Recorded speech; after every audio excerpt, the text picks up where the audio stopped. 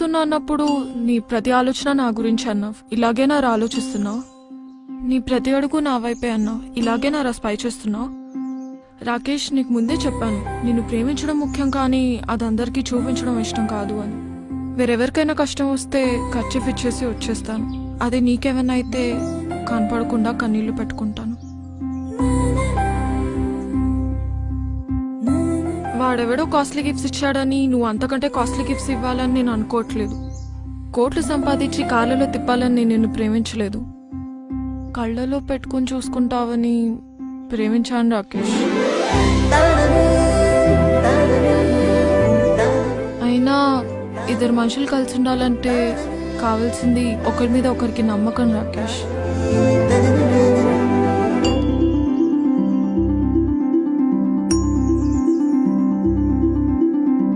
ఒక అబ్బాయికి బాగా తాగే అలవాటు ఉందని తెలుసు కూడా ఒక అమ్మాయి ఎందుకు ప్రేమిస్తుంది అంటే ఆ అబ్బాయితో అలవాటు మానిపించగలనన్న నమ్మకంతోనేగా.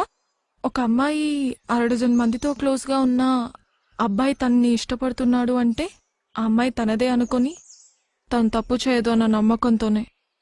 ఆ నమ్మకాన్ని ఒమ్ముపాలు చేయను నేను ఎప్పుడు.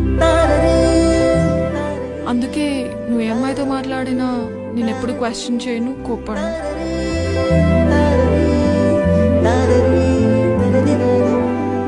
ఎందుకంటే ఒకరిని మనస్ఫూర్తిగా ఇష్టపడితే ఆ ఇష్టం జీవితాంతం ఉంటుంది.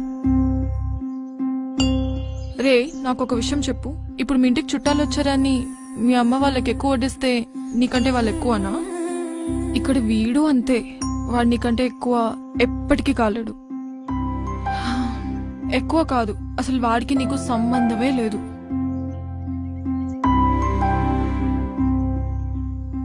చూడ్రా, నువ్వు అడిగావని అలగను, ఆరాధిస్తున్నావని అరవను, ఆలోచిస్తాను. ఆ విషయంలో అన్నావని అర్థం చేసుకుంటాను, ఆలోచించి రియలైజ్ అవుతావని ఆశిస్తాను.